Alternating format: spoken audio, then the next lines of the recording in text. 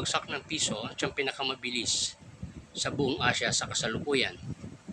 At ito ay palatandaan ng paghina ng ekonomiya ng Pilipinas na inaasahang magpapatuloy hanggang sa last quarter ng taong ito. Ito ay hindi magandang palatandaan para sa ating mga Pilipino dahil nakasalalay dito ang ating kabuhayan at ang kinabukasan ng ating mga pamilya. Ito ay sanhi na rin ng pagbaba o pagbagal ng ekonomiya ng Amerika dahil na rin sa mga kinasasangkutan nitong gulo sa Europa, particularly sa Ukraine at Russia, ganon din sa part ng Middle East kung saan meron silang hindi pagkakaunawaan sa Iran at sa mga Houthis.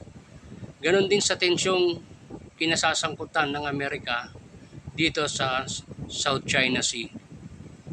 Ang mga yan ang mga dahilan kung bakit patuloy na bumabagsak ang ekonomiya ng Amerika. At tayo ay apektado dahil ang ekonomiya ng Pilipinas ay halos nakadepende sa ekonomiya ng Amerika dahil sa trading sa international market, dolyar ang ginagamit ng Pilipinas. So sa kasalukuyan, ang palitan po ng piso sa dolyar ay nasa 58 pesos per dollar. Ito na yung pinaka mahal o pinaka mababang halaga ng piso, no, sa loob ng 10 taon halos, no? So hindi ito magandang indikasyon, lalo pang at hindi ito ina-address ng pamahalaan. Wala rin silang mga concrete solutions para matugunan ang mga suliraning ito, no?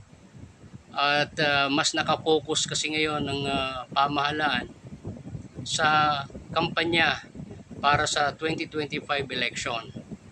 Nakapokus din sila sa mga band-aid solutions kagaya ng pamimigay ng ayuda sa mga kababayan natin. So sana magkaroon sila ng panahon para makabuo ng isang konkretong solusyon para matugunan o mapigilan ang patuloy na paghina ng ekonomiya ng Pilipinas at maisalba ang kabuhayan at buhay ng mga Pilipino.